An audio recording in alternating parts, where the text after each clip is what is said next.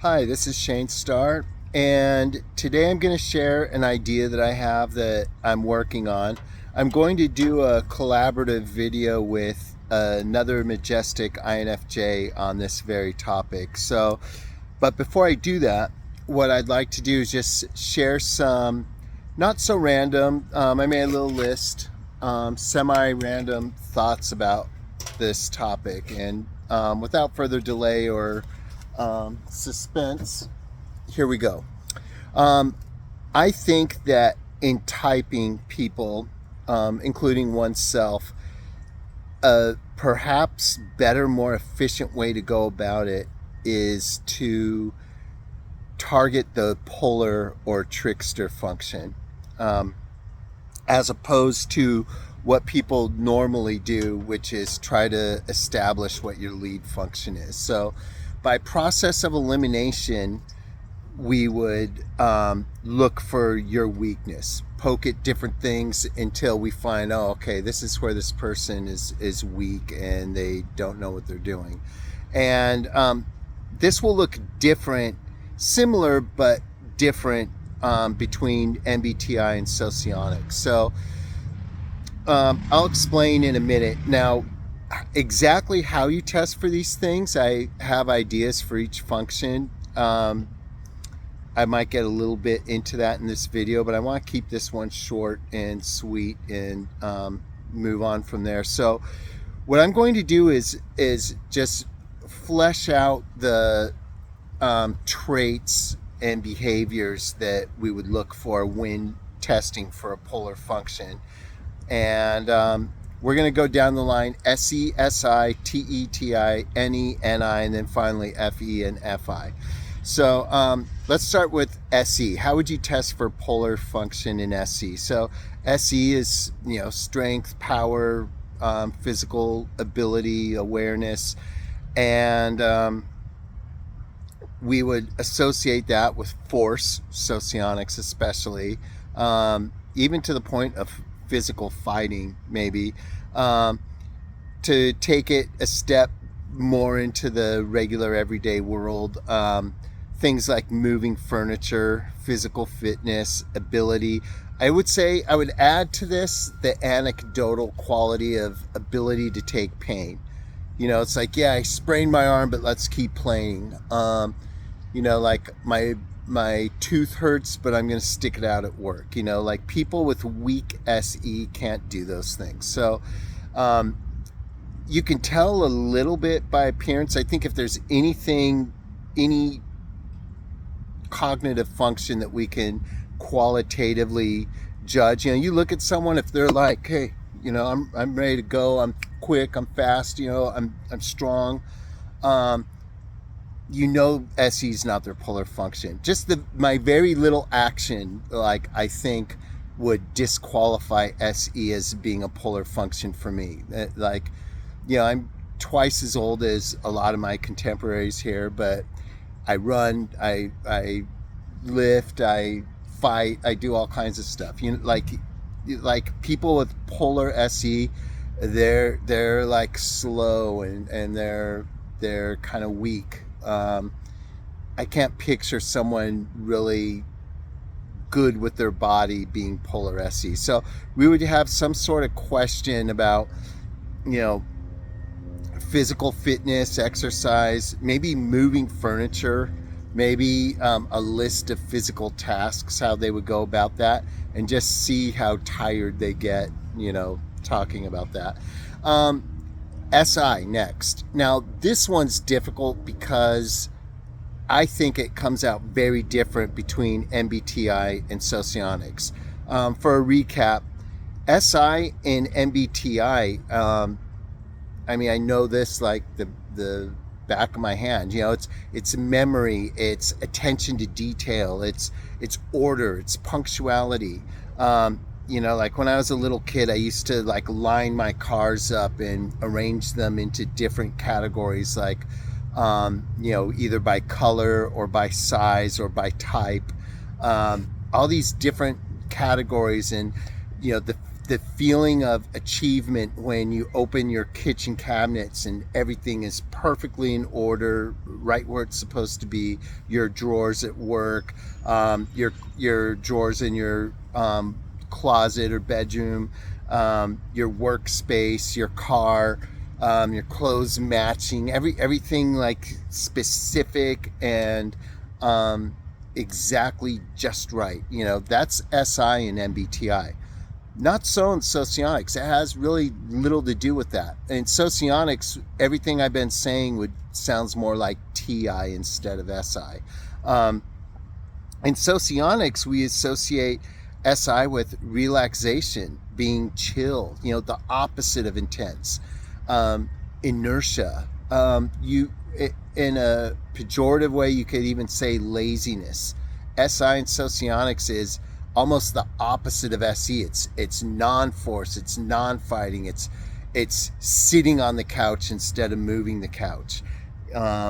So how we would test for polar in MBTI would look very different than such a test would look in socionics. And that's why, not to tail off into a different direction off the point, but I say again and again in so many of my videos, these systems are not the same. Everyone tries to make them the same. Everyone says, no, dude, you're overthinking it. They're basically the same. No, I'm not overthinking it. These are not the same, okay? Lead SI and MBTI is not the same person as a lead SI in socionics. There may be some overlap. There are some qualities that both would share, but we're not talking about the same people or the same systems.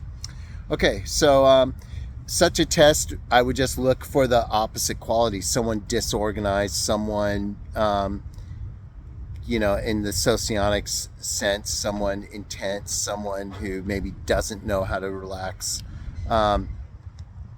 There's different ways you can lead a person into admitting such qualities. So moving on to TE, I would say that the main thing I would test for, and this would be across the board, I would look for the ability to follow directions. Can you take a cabinet from IKEA out of the box and look at those weird directions with no words and just follow it and put stuff together? I can do that. Surprisingly, a lot of people have a real difficult time with that. I think those are our TE polars. People who have trouble installing a mechanism or a device or working on a car or adjusting or fixing a machine. You may not be the best at it, but are you the worst at that kind of stuff? I think those practical types of things, this chair's loose. Can you fix it? We don't have a screwdriver that fits. Can you improvise and think of something else? Maybe I'm leaking into any here, but TE is being able to make things work. It's pragmatism, which involves, to a certain extent, being able to follow directions. But even above and beyond that, if you have really good TE, you know when to move off of the directions and how to improvise with it. Whereas people with weak TE need directions, and people with really weak TE can't even follow the directions when they're there. So I think this one would be simple to test for polar on. We'll see when we get to that point. TI. Again, this might look different from MBTI to socionics. I think that the telltale sign for me would be contradictions in one's ability to separate preferences and desires with or from facts. Okay? If you hate Donald Trump and Donald Trump says that 2 + 2 = 4, is Donald Trump telling the truth? People with polar TI have a difficult time with that. And some of you who don't have polar TI, you're going to be like, what? Who in the world, what kind of person has difficulty with that? Test it. and watch someone's head just spin with polar TI. They'll be like, well, that's a ridiculous question. That question makes no sense. He's stupid. He would never say something like that anyway. So why are you even asking me that? Why are we talking about, like, they would just get around it somehow. I had an argument last night with someone who I instead of Trump, I said Satan. I said, if Satan says 2 + 2 = 4, Satan's telling the truth. And she just blew up and it didn't go well. Yeah. Anyway, TI is, I think, the ability to think logically internally. And people with a resistance to structure, people who think with their hearts instead of their minds, those are the types that are maybe either weak TI or polar TI. How would this look in guys? It's easy to spot, I think, in the other gender, but with guys, like guys who like their favorite football team and they can't bet against them because that's my team, I grew up rooting for the Raiders, and as some of you know who follow football, the Raiders are not very good. When the Raiders play someone like the Chiefs or even any good team, I have no problem betting against them. Are the Raiders the team that I grew up with loving as a kid? Yes, but I don't care. I can set aside my heart or my desires, my wish for the Raiders to pull off an amazing upset. I can look at that and say, okay, yes, I would like that. I would be pleased with that, but I do not think that will happen. I therefore will, if I'm betting, which I don't bet anyway, but if I did bet, I would put my money against them because I think with my head, not with my heart. I think people with polar TI truly, if they don't have a difficult time with it, it's impossible. They literally cannot do that. And they say and do things in contradictory ways. They'll do something 1 minute and justify it a certain way, and that principle tomorrow doesn't even apply. They do the exact opposite thing and they'll have some other reason for that. So I might ask a couple triggering questions and see where they go with that, and I would know whether at least to suspect polar TI. Moving on, NE, polar NE.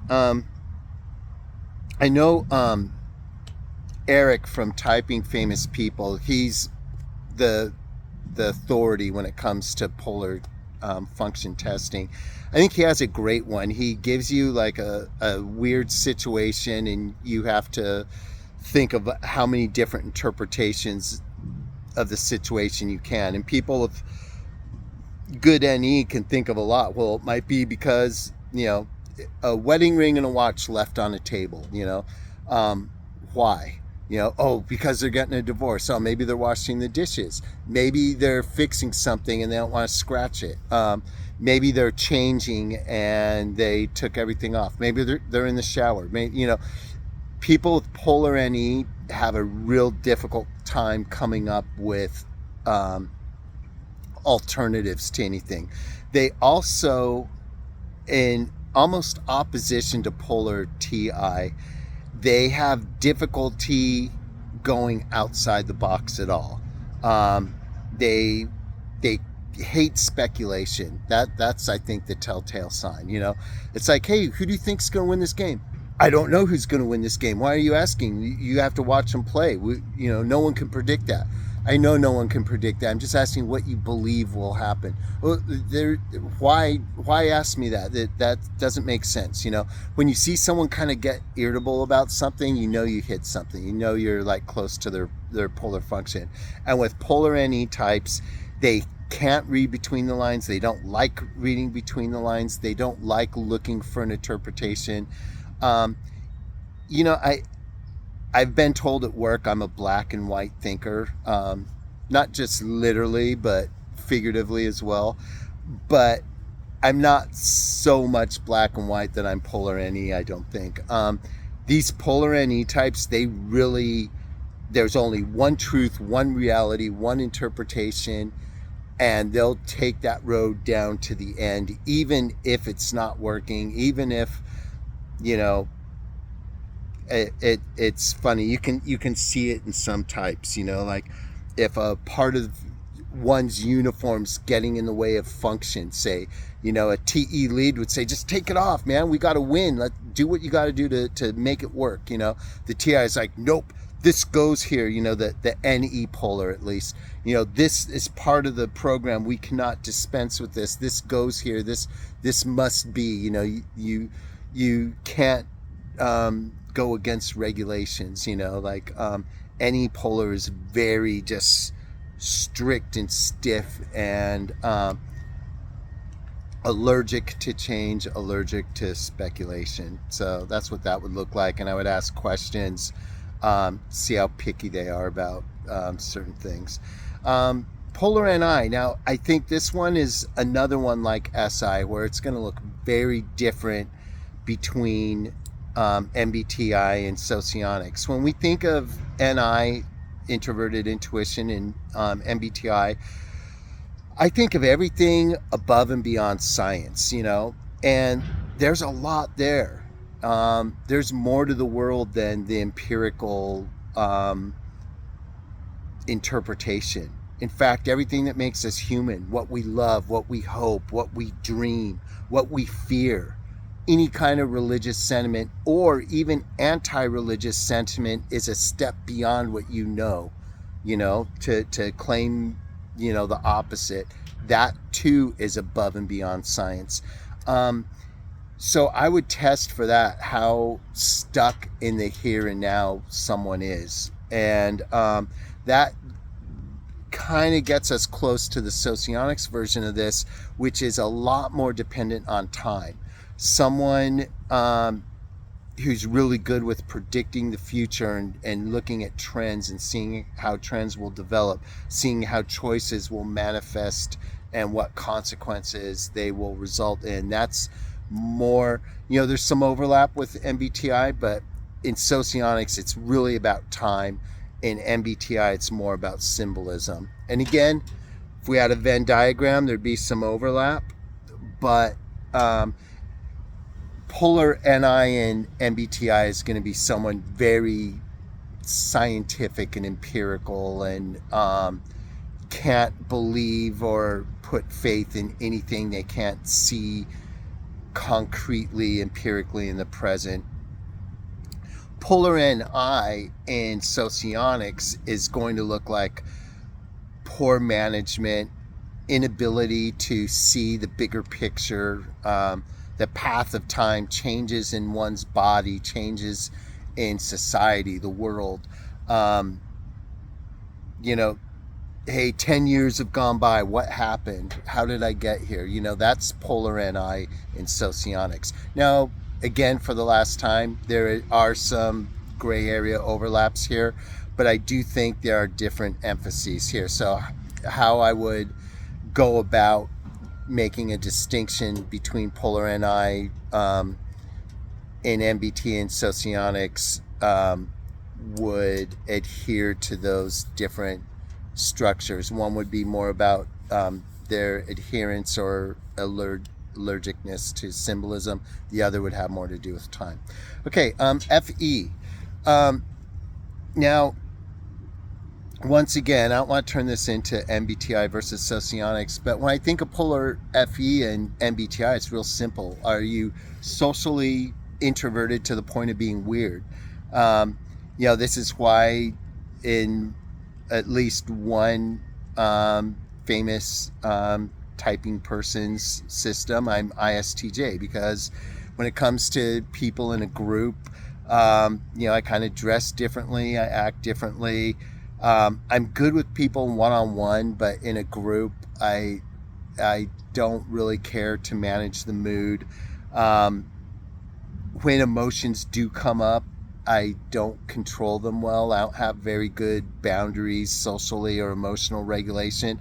I won't say anything, and then I do share something, and it's like I went from not sharing it all to oversharing like in a second, and I'm like, oops, I just don't get it, like, if you're borderline autistic spectrum or loner, you're probably polar FE, at least in MBTI. In socionics, again, there's always going to be some overlap. They're both Jungian based systems, but in socionics, FE is more about your expression of emotions. It's more about one's own showing of emotions as opposed to the group or other people. So someone with really good FE can use their emotions really well to manipulate other people or even other groups, whereas someone with poor FE is going to not have good use of emotions, and they're not going to be able to manage people's moods at all. And again, you see some overlap there, but the emphases are a little bit different. One is more of a social look or lack thereof. The other is about skill and control of emotions across the spectrum of emotions. So polar FE questions to me would look like, dealing with different social context situations, contextual situations, stuff happening at Disneyland, stuff happening at a party. And then on the socionic side, I would ask questions about difficult scenarios and how your emotions would, have historically come to play into those situations. Okay, last but not least, FI. And even though there are differences between the MBTI version of FI and socionics, I'm going to think of FI mostly as personal morality and preferences and desires. And I would say that the best kind of FI test in either case is going to be the inability to list one's likes and dislikes. Can you know? Do you know your favorites? How easy is it for you to tell someone what your 3 favorite colors are in order? It's funny how this mimics a TI test in a way. TI in socionics, at least, we think of as structure and organization and categorization. FI is the same way, but in the emotional sense, in the non-tangible sense. Colors, people, teams. In philosophy, we call them universals. Things that don't, the color green can be on a bunch of different things. A phone, grass, trees, glasses, pants, whatever. What do you think of that color? Do you like it better than yellow? Do you like it less than blue? How easy is it for you to rank those things without specific structures attached to them? I think if you can do that, and you can say, yeah, I prefer green over orange, I prefer orange over purple, I prefer purple over brown. The better you can do that, the less likely your FI polar is going to be. To use a different, probably better example that'll hit home with more people, I would say think of people.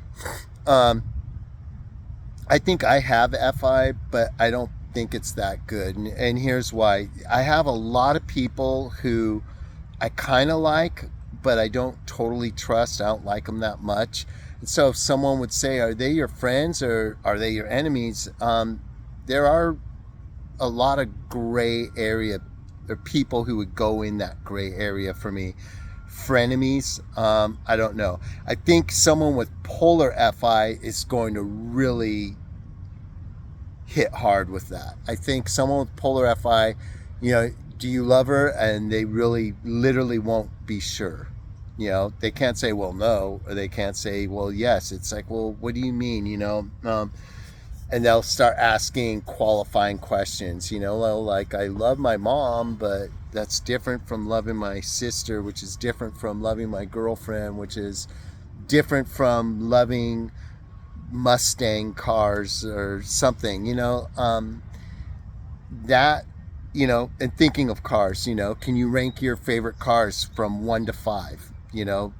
Put one, what's the difference between the car you ranked third and the car you ranked fifth, And I know that's bordering on a TI kind of thing, but if we're talking about personal preferences, not logic, like, specific scientific categories, but personal preferences, if you can do that, then you're not PoLR FI. If you have trouble with that, you may be PoLR FI. And if you really have a difficult time doing it, you're probably PoLR FI. Anyway, that's my ideas right now. I look forward to fleshing these out further, adding some things, taking away some things, and getting it ready for a collaborative video with another Majestic INFJ in the future. That's all I got for today. Peace out.